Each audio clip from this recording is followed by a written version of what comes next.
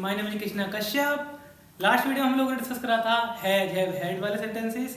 आज हम लोग डिस्कस करेंगे प्रेजेंट इंडेफिनिट के सेंटेंसेस। क्लियर? चलिए स्टार्ट करते हैं। सबसे पहले प्रेजेंट इंडेफिनिट, ठीक है, वीडियो पूरा हमारी पहचान। देखिए प्रेजेंट इंडेफिनिट का जो सेंटेंस है, सबसे पहले आपको किसी भी सेंटेंस की, अगर मैं इसकी नहीं किसी की बात करूं, आपको हर किसी सेंटेंस की पहचान पता होनी चाहिए कि आप पहचानोगे कैसे। क्लियर? तो पहचान आपकी यहाँ पर क्या है कि वाक्यों के अंत में ता है, ती है, ते है आदि शब्द आते हैं। वाक्यों के अंत में, वाक्य मैंने आपको शुरू में बताया था फर्स्ट वीडियो में ईजमर वाले में कि वाक्य क्या होते हैं, ठीक है। तो उनके अंत में ता है, ती है, ते है आदि शब्द आते हैं। है से आपको रिप्रेजेंट हो जाएगा प्रेजेंट, ठीक है। ता जो है आपका वो इंडेफिनिट के लिए। क्लियर? तो ता है, ती है, ते है आदि शब्द आते हैं, तो वह प्रेजेंट इंडेफिनिट का सेंटेंस है। क्लियर है? एक चीज और, इनमें इनके साथ मेन वर्ब भी होनी चाहिए, तभी वो प्रेजेंट इंडेफिनिट में आएगा, वरना नहीं आएगा। क्लियर? उसके बाद बात करते हैं इसके स्ट्रक्चर की। तो इसका स्ट्रक्चर जो है बच्चों, पहले अफर्मेटिव, शॉर्ट में लिखा हुआ है AFF करके अफर्मेटिव, ठीक है। तो अफर्मेटिव में सबसे पहले क्या आएगा आपका सब्जेक्ट। क्या आएगा? सब्जेक्ट। सब्जेक्ट के बाद V1, यानी V1 जो है आपका वर्ब की फर्स्ट फॉर्म, वर्ब की फर्स्ट फॉर्म। क्लियर है? मेन वर्ब जो होती है आपकी। उसके बाद S या ES ऑब्लिक लगा हुआ है, या तो S आएगा ES आएगा। अब ये ES क्या होता है, कब आएगा, ये मैंने नीचे डिटेल में बताया हुआ है, डिस्कस करेंगे अभी। उसके बाद ऑब्जेक्ट। क्या?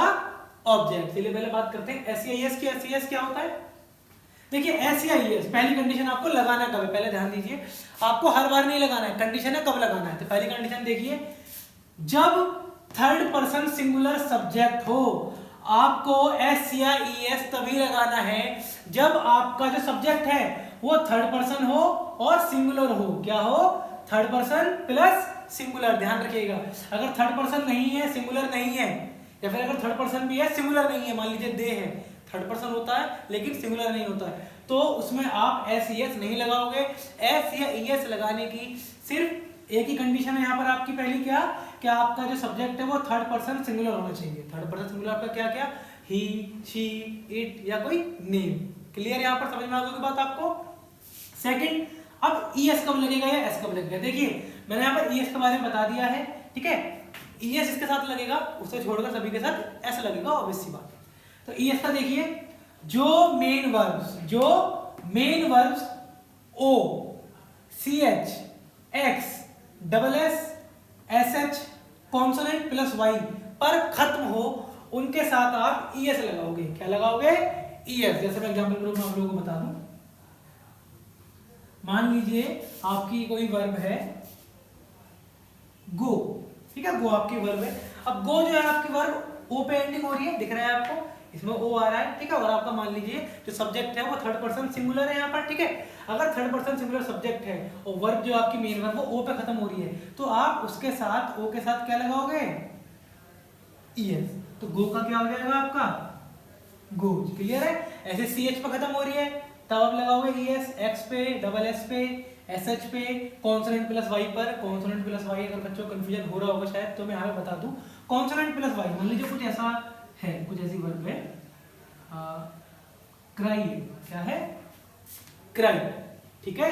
अब इसमें जो R जो है आपका वो कॉन्सोनेंट है, इंग्लिश में आपको पता होगा, कुछ कॉन्सोनेंट बाकी वोवेल, ठीक है। तो ये जो कॉन्सोनेंट है R, उसके बाद आपका Y आ रहा है, कॉन्सोनेंट प्लस Y, यानी कॉन्सोनेंट के बाद Y आ रहा है, तो ये आपका CRIES क्राई हो जाएगा। इसमें बस एक चीज ध्यान रखिएगा कॉन्सोनेंट प्लस Y में, कि जो आपका वर्ब जो होती है वो IES में चेंज होती है। जो Y होता है आपका पूरा का पूरा IES में चेंज होगा। क्लियर है? मुझे लगता है हमारा आपका डाउट क्लियर हो गया होगा। Next condition, vowel plus Y ES नहीं। मतलब क्या है? अगर वोवेल प्लस Y है, वोवेल प्लस Y है, मान लीजिए ऐसे है, वर्ब है आपकी मेन वर्ब से, क्या है? से। वोवेल आ गया, वोवेल आपको A E I O U ऐसा कुछ आ गया, उसके बाद Y आ गया, वोवेल प्लस Y A, उसके बाद Y, तो ES नहीं लगाना है आपको। आपको इसका ये नहीं कर देना है, ठीक है, ये गलत हो जाएगा बिल्कुल आपका, ठीक है, सरासर गलत है। आपको क्या कर देना है? S लगा देना है। क्या लगा देना है? S। थोड़ा मैं जोर के लिए लिख देता हूँ, सेज हो जाएगा आपका, ठीक है। सेज का सेज हो जाएगा, कोई ES नहीं आएगा। मैंने इसलिए यहाँ पर सिंपल लिखा हुआ है कि ES नहीं आएगा। क्लियर? दोनों चीज आपको पता लग गई होगी, SES कब लगेगा, और इन सबको छोड़कर सभी के साथ S लगाना, ठीक है। मान लीजिए वर्ब होती है आपकी ईट। क्या होती? ईट। तो अब क्या लगाते हैं, टी पे खत्म हो रही है तो ईट्स, इस तरीके से सिंपल। ठीक है, उसके बाद हम बात करते हैं डू या डज की। देखिए पहले नेगेटिव सेंटेंस में क्या होगा, नेगेटिव जो आपकी स्ट्रक्चर है उसमें क्या होगा, पहला आएगा आपका सब्जेक्ट, क्या आएगा सब्जेक्ट, सब्जेक्ट के बाद आपका आएगा डू या डज, फिर नॉट, उसके बाद वर्ब की फर्स्ट फॉर्म, जहां पर V1 लिखा हुआ बच्चों ध्यान रखिएगा, वर्ब की फर्स्ट फॉर्म है, प्लस ऑब्जेक्ट। अब डू या डज का काम क्या है, डू या डज क्या होता है, इस्तेमाल क्या है, देखिए डज कब लगेगा आपका, जब आपका जो सब्जेक्ट है वो थर्ड पर्सन सिंगुलर होगा, ये कंडीशन है। ठीक है, डज थर्ड पर्सन सिंगुलर के साथ और डू बाकी सभी के साथ। बाकी सभी का मतलब इसमें क्या क्या आ गया आपका, आई आ गया, वी आ गया, यू आ गया, या कोई प्लूरल सब्जेक्ट आ गया। ठीक है, तब आपको क्या लगेगा, डू।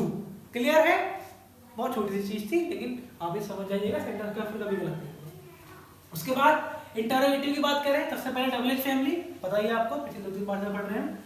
डू डज अभी बताया मैंने, प्लस सब्जेक्ट करता आपका V1 वर्ब की first form, plus object plus question mark. ठीक है, उसके बाद interrogative plus negative double H family. ठीक है, डू या डज नीचे बता दिया है, प्लस सब्जेक्ट प्लस नॉट, क्योंकि इंटरोगेटिव प्लस नेगेटिव है, सब्जेक्ट के बाद नॉट आएगा ही आएगा, प्लस वर्ब की first form plus object plus question. ठीक है, तो इतना मुझे लगता है आपको समझ में आ गया होगा। ठीक है, अब आपको मैं इसके कुछ यूज जो होते हैं, इस्तेमाल जो होते हैं, प्रयोग वो बता देता हूँ प्रेजेंट इंडेफिनिट के। ठीक है, देखिए मैंने यहाँ पर कोशिश क्या करी है कि मेरी ये जो वीडियो है इसमें मैं प्रेजेंट इंडेफिनिट हर किसी बच्चे को समझ में आ जाए वो इस तरीके से बताऊँ। तो मैंने यहाँ पर पहचान हिंदी में लिखी हुई है, कई जगह से यूज लिखे रहते हैं इंग्लिश में। ठीक है, लेकिन क्या होता है कि कई बार बच्चों समझ नहीं पाते, तो हिंदी में आपके लिए पहचान लिखी हुई है, आप ऐसे भी समझ सकते हो या फिर आप ऐसे भी समझ सकते हो। ठीक है, ये इसके इस्तेमाल है। अब इसके इस्तेमाल जो प्रयोग यूज जो है उनकी बात करते हैं। पहला इस्तेमाल क्या यूज क्या है प्रेजेंट इंडेफिनिट का, to express an event taking place at the present moment. मतलब क्या है, एक ऐसा इवेंट, ठीक है, एक ऐसी घटना जो प्रेजेंट मोमेंट, अभी बिल्कुल वर्तमान का जो मोमेंट है, पल है, ठीक है, उसमें हो रही है। जैसे कि example, here comes the policeman, here comes the policeman, और ये पुलिसमैन आया। ठीक है, किसी की एंट्री हुई, कोई पुलिस वाला आ रहा है तो उसके लिए हियर कम्स द पुलिसमैन। ठीक है, तो प्रेजेंट इंडेफिनिट का है कम्स, ऐसे लगा दिया हमने, ये तो खत्म हो रहा था। सेकंड यूज क्या है इसका बच्चों, देखो डेली रूटीन और हैबिट, डेली रूटीन और हैबिट। डेली रूटीन आपका या फिर आप हैबिट कह लो, अच्छा मैं एक ही जोड़ दो, चलिए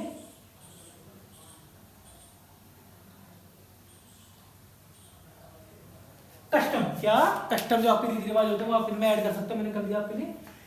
डेली रूटीन, हैबिट या कोई कस्टम। एग्जांपल देखिए, he goes out for a walk daily, वह रोजाना वॉक के लिए जाता है। डेली की बात है, रोजाना की बात होगी। ठीक है, तो यहाँ पर ये क्या है, इसका डेली रूटीन है, हैबिट है, कस्टम नहीं है। कस्टम रीति रिवाज है, वो अलग चीज है। ठीक है, कस्टम में आपको ऐसा आ जाएगा, मान लीजिए मैं कहने लगूं कि द हिंदूज बर्न देयर डेड्स। ठीक है, कहने का मतलब क्या है, हिंदू जो होते हैं हम लोग, वो हमारे जो व्यक्ति मर जाते हैं उन्हें जलाते हैं। तो ये आपका क्या है, कस्टम हो गया, रीति रिवाज, सिंपल है। ठीक है, उसके बाद थर्ड आपका यूज क्या है, परमानेंट ट्रूथ। क्या, परमानेंट ट्रूथ। ठीक है, यानी क्या, ऐसा सत्य जो बदला नहीं जा सकता, permanent. Example, 2 and 2 makes 4, makes में देखिए एस जुड़ गया ई के बाद, तो ये प्रेजेंट इंडेफिनिट सिंपल है। तो 2 and 2 makes 4, मतलब क्या है कि 2 और 2 4 होते हैं या 4 बनाते हैं। ठीक है, पैसे भी समझ लीजिए, 2 और 2 4 होते हैं, परमानेंट ट्रूथ है, 2 और 2 4 होते ही है। ठीक है, अगला यूज क्या है इसका बच्चों,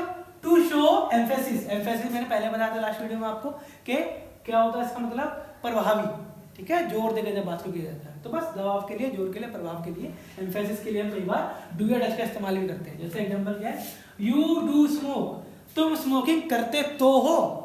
ये सेंटेंस अगर ये होता है, यू डू स्मोक, तो तुम स्मोक करते तो हो, जहां पर तो हो की बात आ गई, वहां पर आप बात में अपना थोड़ा वजन देते हैं, दबाव देते हैं, जोर देते हैं। ठीक है, you do smoke but do not accept, तुम स्मोक करते तो हो परंतु एक्सेप्ट नहीं करते, मानते नहीं। ठीक है, बहुत से लोग। फिफ्थ नेक्स्ट यूज का लास्ट देखिए, to show a near future action. मतलब क्या है, to show a near future action, एक ऐसा एक्शन, ऐसा कार्य है, ठीक है, जो नियर फ्यूचर मतलब बिल्कुल अभी भविष्य में कुछ समय बाद ही, कुछ ही समय बाद होने वाला है। ठीक है, एग्जांपल देखिए, we leave at 7 PM tomorrow. मतलब क्या, टुमारो के बाद आ गई कल की। ठीक है, तो यहाँ पर क्या बताया, we leave at 7 PM tomorrow, कि हम कल 7 बजे, ठीक है, लीव कर जाएंगे, छोड़ देंगे, निकल जाएंगे यहाँ से। समझ रहे हो? तो ये इसके यूज है, ठीक है। अब इसमें कंफ्यूजन होता है ना, फ्यूचर की बात होगी तो इंडेफिनिट नहीं है, नहीं, इसका इस्तेमाल है। क्लियर? ठीक है। उसके बाद मैंने कुछ एग्जांपल लिखूंगा आपके लिए, हर बार एग्जांपल करते हैं सीखने के लिए, आज भी करेंगे, ठीक है। पहला एग्जांपल अफर्मेटिव का है, राम खाना खाता है। तो पहला आएगा सब्जेक्ट आपका, कौन खाना खाता है? राम।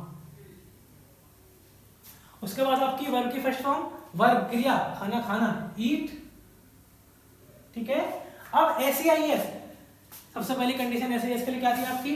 जब थर्ड पर्सन सिंगुलर हो। क्या थर्ड पर्सन सिंगुलर है? राम। हाँ, थर्ड पर्सन और सिंगुलर है, नाम है सिंगुलर, ठीक है। सिंगुलर सब्जेक्ट है, एक पर्सन। तो एसईआईएस, ईएस लगेगा, O C H X double S S H consonant plus Y, लेकिन इसमें तो ऐसा कुछ है ही नहीं, इधर टी पे खत्म हो रहा है, तो टी पे खत्म हो रहा है तो एस। राम ईट्स, राम क्या खाता है? ऑब्जेक्ट, द फूड, सिंपल है।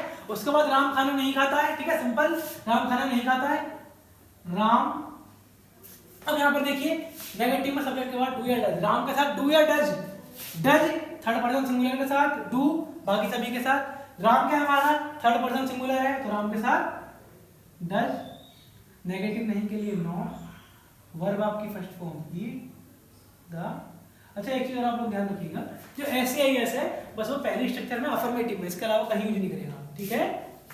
नेक्स्ट सेंटेंस, क्या राम खाना खाता है? क्या से स्टार्ट हो रहा है? डबल फैमिली नहीं है, मतलब क्या है आपके यहाँ से स्टार्ट हो रहा है हेल्पिंग वर्ब से, ठीक है। डू या डज सब्जेक्ट के अकॉर्डिंग, सब्जेक्ट क्या है आपका? राम, राम के साथ डज, डज राम। उसके बाद वर्ब की फर्स्ट फॉर्म ईट, उसके बाद ऑब्जेक्ट द फूड, ठीक है। आगे सेंटेंस आज का, राम खाना क्यों नहीं खाता है? क्यों नहीं, क्यों से स्टार्ट हो रहा है, सॉरी क्यों बीच में आ रहा है, तो डबल फैमिली से बनेगा, नहीं भी आ रहा है तो ये वाली स्ट्रक्चर होगी पूरी की पूरी आपकी। तो पहला आपका डबल फैमिली, क्यों के लिए वाई, फिर डू या डज सब्जेक्ट अकॉर्डिंग, सब्जेक्ट आपका राम है, राम के साथ does plus subject Ram, why does Ram, ठीक है। उसके बाद नेगेटिव यानी नॉट, नॉट प्लस वर्ब की फर्स्ट फॉर्म ईट प्लस ऑब्जेक्ट, राम खाना खाता है ना, राम खाना क्यों नहीं खाता है, ठीक है। तो खाना क्यों नहीं खाता है, खाना आपका ऑब्जेक्ट हो गया, eat the food question mark, ठीक है। तो ये मैंने आपको आज बताया प्रेजेंट इंडेफिनिट की पहचान, आपकी स्ट्रक्चर उसकी चारों, एसईआईएस का यूज, ठीक है, दो कंडीशन इसकी, फिर वर्बल प्लस वाई लगेगा नहीं लगेगा, कब नहीं लगेगा, ठीक है, डू और डज, ठीक है, इन दोनों के बारे में बताया आपको। इसके मैंने आपको 5 यूज बताए, ठीक है बच्चों। उसको कुछ एग्जांपल दिया मैंने इसके आपको समझने के लिए। मैं उम्मीद करता हूँ कि आपको अच्छे से प्रेजेंट इंडेफिनिट सेंटेंस समझ में आ गया होगा, इसके बाद आपको कभी कोई दिक्कत नहीं होगी, ठीक है। तो अगर आपको ये वीडियो अच्छी लगी हो तो वीडियो को लाइक कीजिएगा, शेयर कीजिएगा, सब्सक्राइब कीजिएगा। मिलते हैं नेक्स्ट वीडियो में, तब तक के लिए बाय, ठीक है। Success point SSP guidance, one solution for all, bye.